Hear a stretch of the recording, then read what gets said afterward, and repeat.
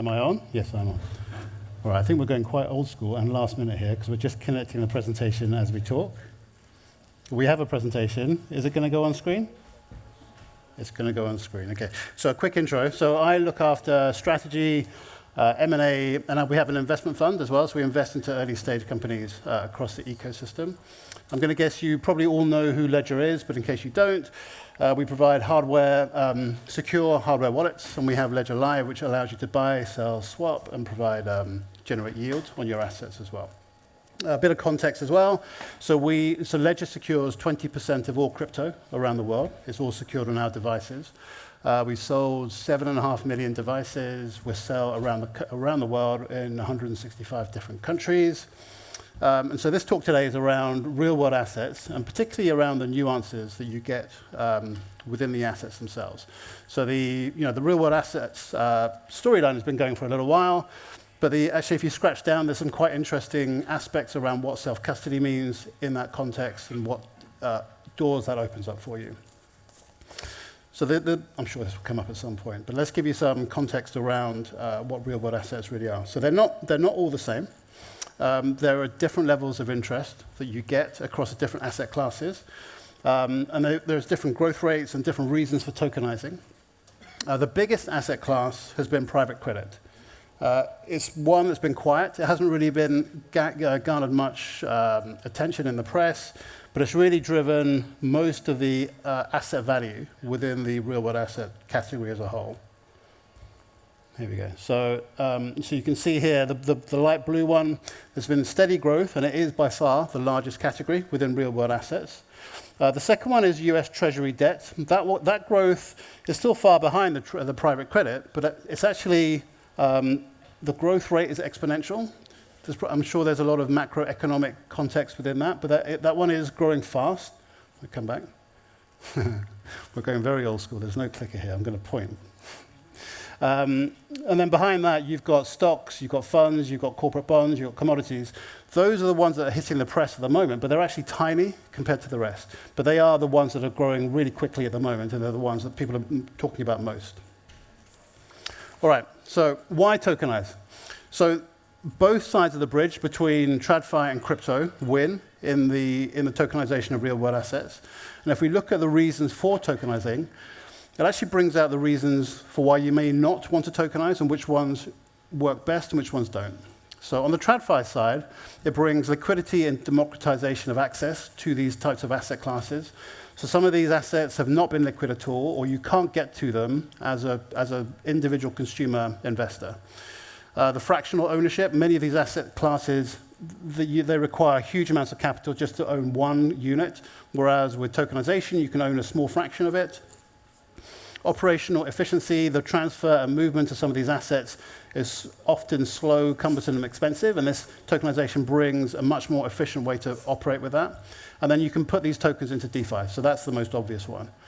And on the crypto side, it's a massive bridge between the asset classes. It's bringing meaningful new value into crypto and capital into crypto, and it brings new yield into crypto, which the whole crypto ecosystem has been looking for new yield for quite some time. Okay, so now this is where we start to look at what self-custody means in the context of real-world assets. So there are four main ways to access real-world assets. The first one is through real-world asset platforms. So you connect your wallet to the platform, you buy the asset, and it deposits directly into your wallet. Midas is one that I'll talk about a bit more on the next slide, but this is an example of a platform where you can do this. The second one is ETHFi. The second one is a DeFi protocol, with ETHFi being an example of that. You invest through the DeFi protocol. ETHFi is a restaking platform. I'm sure you probably know who they are, but you invest through the restaking platform. They give you an ETHFi token, and you can take that token and put it into a vault to generate additional yield. And more and more, you're seeing real-world asset vaults within protocols such as ETHFi. I put these two on, by the way, because these are two of our portfolio companies, which Ledger's looked into, and we're really interested in what they're building. The third one is through institutional platforms. The biggest one, the most obvious one, is BlackRock. So they hold the assets for you. And as we go down this list, you're starting to see we're getting into more centralized propositions. And then the last one is with a centralized exchange. So you can buy, sell, swap within these exchanges themselves. They're mainly focusing within tokenized stocks. Robinhood, Kraken are examples of this. But let's look at what happens as you go up and down this model. So at the top, you've got a fully trustless model. You've got real self-sovereignty. This is where the wallet is at the center of what you're doing across the crypto ecosystem. You can connect your wallet anywhere you want, so it gives you access to whatever assets you want, but also whatever yield you're trying to get to, so you can take your own decision on what balance you want to make between risk and reward. And at the bottom, you're in more of a walled garden, so you're accessing the types of assets and the types of yields that they are offering within that platform. It requires a degree of trust into the platform. It means you operate only within their walled garden, and also means that, well, there is some ease of use that comes with it, but that's the trade-off you get as you go from top to bottom. At the top, you get full freedom to go and operate wherever you want. You trust yourself. There is no one else to worry about. At the bottom, you're within the walled garden. You can operate within their portfolio. Okay, I want to take a moment to talk about Midas. So this is, as I mentioned, it's one of our portfolio companies. I mention it because it has German roots. The founder is German. He lives here, and we speak with him all the time. They've rapidly grown. So they had 20 million TVL when we first met them, and they've now got to 850 million TVL. We like them, obviously, because one of their biggest propositions is self-custodial, so it allows you to hold the assets yourself. They've gained 8 top-tier asset managers across the ecosystem, so they've got some really high-profile names that allow you to operate with your real-world assets. And they're operating cross-chain as well. So when we met them, they were operating just with one chain, and now they're across several. And they've got strong plans across all of those 3 categories. They're going to bring new products, new asset managers, and new chains as well. Okay, so I want to reinforce why self-custody of real-world assets. So it gives you access to as many of those yield options as you want to get to. It brings the wallet to the center of the universe, which is what fundamentally the wallet always has been. You can take the wallet anywhere, generate whichever yield you want to choose from. You control your own access, so there's no third party that can control or stop you getting access. There's no opening hours, there's no trading hours. You do whatever you want in whatever DeFi protocol you want. And obviously there's no counterparty risk. So you control all of your risk profile yourself. Okay, but with really valuable assets becomes, the need for bulletproof security becomes super important. And so we've got the ledger security model. Let's go on one. So just to give you a high level of what the 4 components are. So we've got the secure element, we've got the secure operating system, and we've got the secure touchscreen as the 3 hardware components, and then we've got clear signing as well. So going into, sorry, go back. Let's just start here. So the secure element, this is the core of Ledger technology. This is where Ledger started.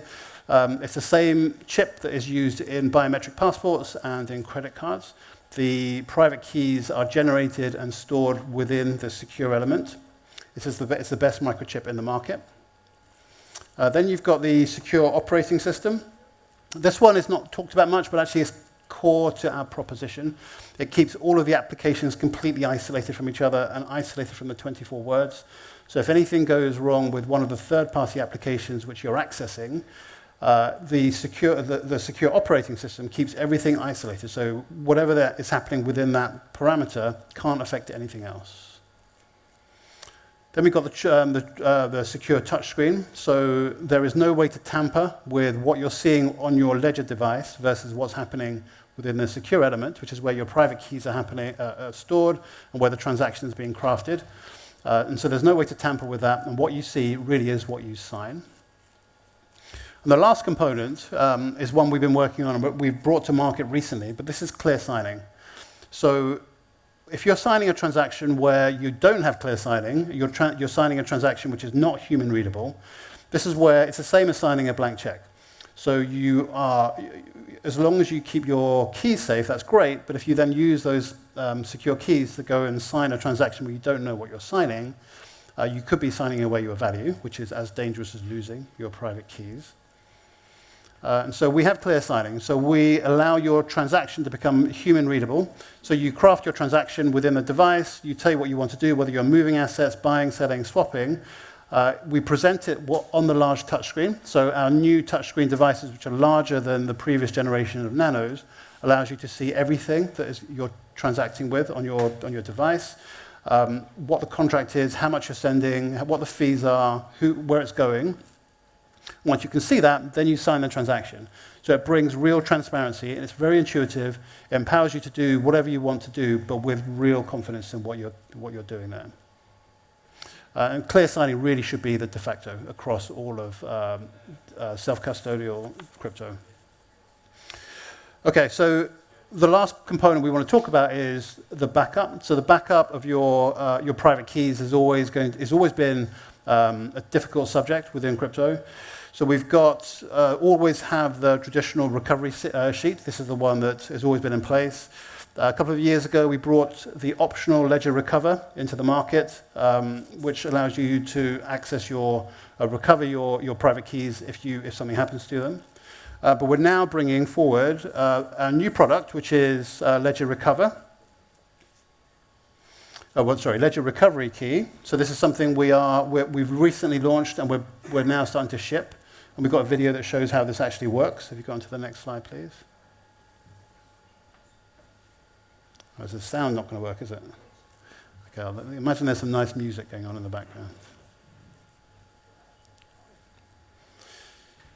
I'll talk through it as well. So you've got the device. You can just touch it onto your the recovery key is in the back. You touch it onto the device. You set a pin as you set it, and then when you need to recover, you can just touch it again. There's an NFC connection made between your Ledger device and the recovery key.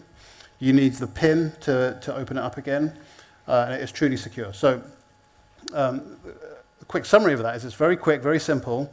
The private key always stays offline. It uses the same secure element. So the same secure element you have in your device is what's put into the recovery key, and it's pin protected. So you get all the benefits of having a recovery sheet, a paper-based recovery sheet, but it's much more secure. It is secure element based. It has a pin around it, and it can't be. The ink on that is not going to disappear. All right, so that's really the end of my talk. So really it's around how we think about self-custody within the real-world asset space. Crypto is expanding, and secure self-custody needs to be part of that. So Ledger is bringing that secure self-custody. It's bringing ways to back up your private key. We're bringing clear signing as part of our four-part security model. Thank you.